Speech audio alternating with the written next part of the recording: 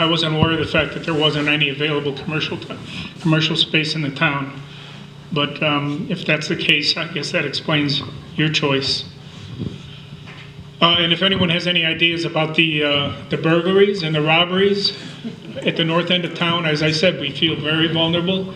There have been some, they're not solved yet. People have lost things from their yards, real valuable things, tractors, snow blowers, and why can't we find these lawbreakers, and what could we do to make this a more law-abiding town? I'll take first crack at that. It's a regional problem. Laconia is like ridiculous. You see around Newfound, they're having the same issues. There's a lot of obviously there's a big drug trade, and people will take anything they can get a few bucks for and turn it around. In terms of trying to stop it, one of the things that made Joe's job difficult was the fact that even when people reported things, they weren't willing, when he tried to pursue taking action, they backed off. And they backed off because of fear. Fear that there'd be retribution for their, acting on what happened to them. So collectively, it's like collectively we have to watch out for each other. We need, if you don't have cameras, you should have cameras. Hopefully, I mean, even with this sign thing, if somebody, I went down to the horse farm just to ask, do you have a camera headed out to Route 3? They didn't. 3A, they had a camera out to the horse barn, but I think we all need to have eyes and try and figure out who these people are, that if you put something down, they think that they own it all of a sudden. It's happening all over. And in terms of having a policeman, Joe worked all kinds of hours because different types of problems are at different times of day. So he was diligent. He really tried. But I'm sorry that you were victimized like that.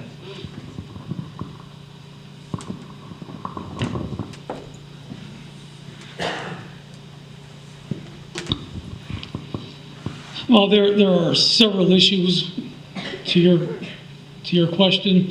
You had mentioned the state police, and they can be of service.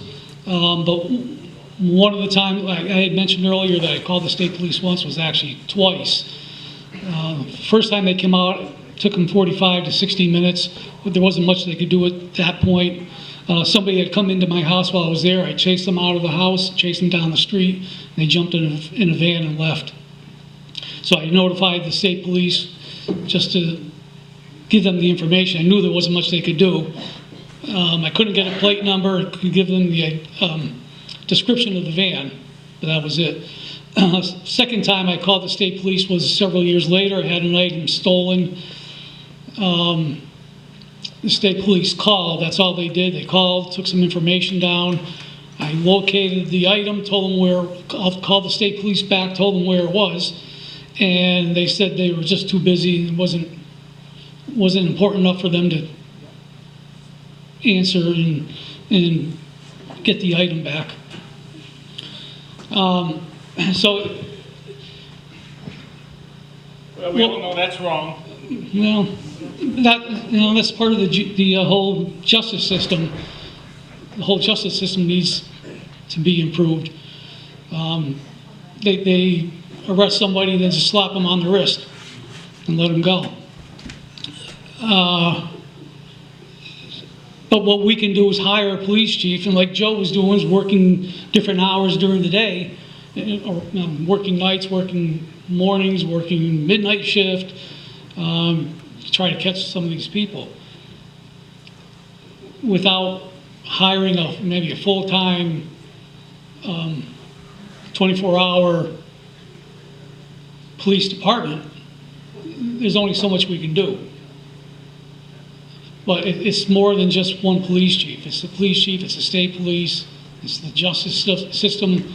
They've got to do something more than just tell us, well, there's nothing we can do, it's not important enough, and slap them on the wrist if they do catch them.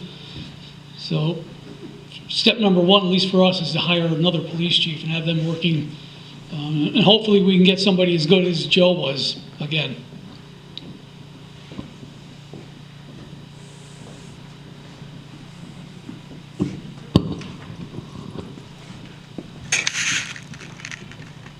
Brandon Reynolds, Murray Hill. There's been talk about the school in the past.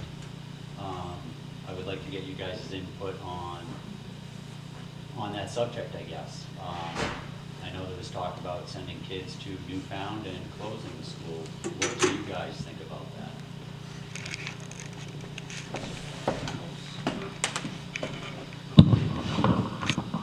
I don't think the school should be closed. I know it costs us money, but it's gonna cost us money to send kids elsewhere. And the other problem is, they don't have room either. So, I mean, it's easy to say, well, let's just send them to Bristol. Well, Bristol's gonna be like, we're full, you know. I'm a proponent of small schools. I went to Danbury Elementary School, 6 grades, 3 classrooms.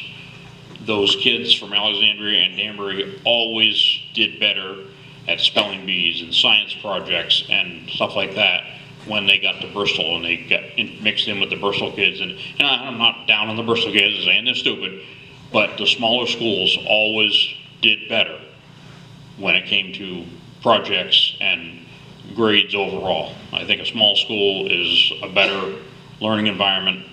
I don't know what the teacher to student, or not teacher, but employee to student ratio is here. I've heard it's about 2 to 1. That's, No. well, I don't know what it is. I've heard from many people.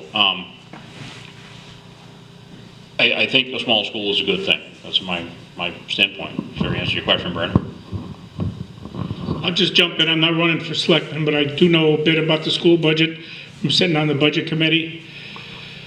I think we're very lucky to have this school in our town. I think the people who work with it and work in it are very dedicated. And I think if you come to the budget committee meeting or you go to a school district meeting, you'll see that. I don't think it would be good at all for us to close this school. I understand the budgetary concerns that everybody has. They are severe, there's no question about it. You sit on the budget committee, you'll see how hard it's gonna be for us to get money together, whether for these capital needs or to do something different with the school. But at least from my experience on the budget committee, I think it would be a mistake to close this school. Well, I have mixed emotions about it.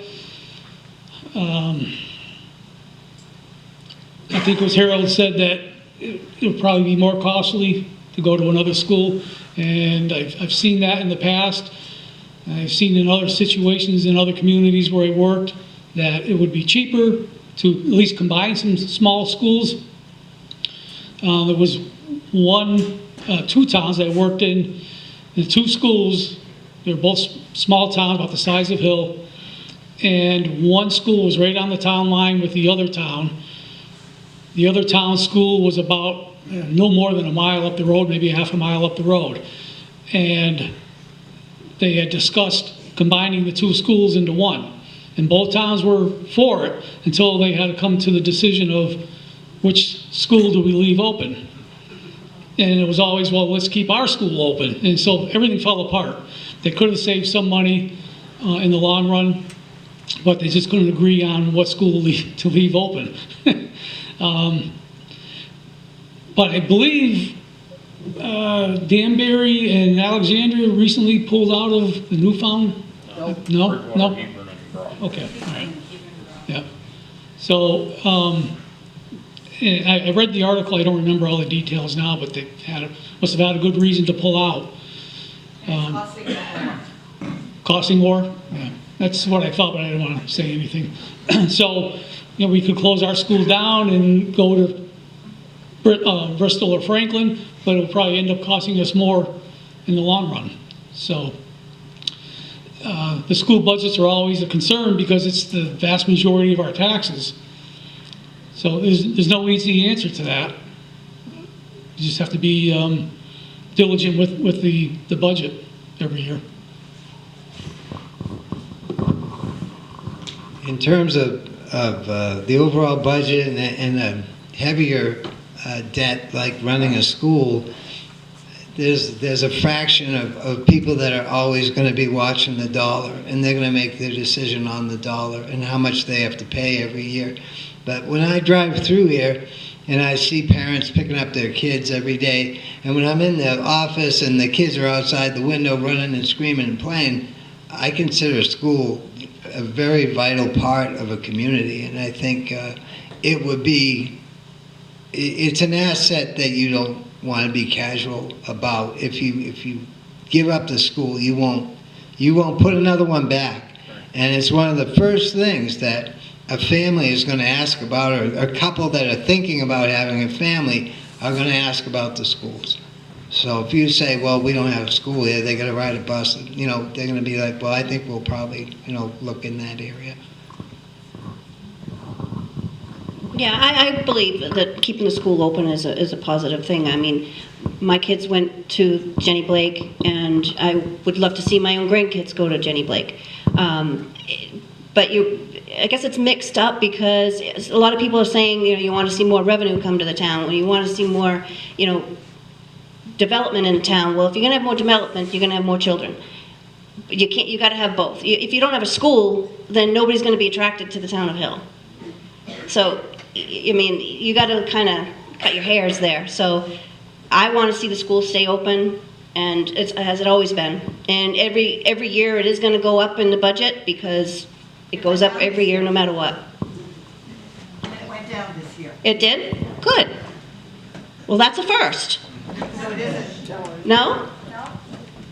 Well, it was actually a few things that actually went down even with the town budget, which was nice to hear this year as well. So I did not attend the school budget because I was not available that evening, but I can tell you that even the town's budget has gone down in places, if you folks have had a chance to take a look at that.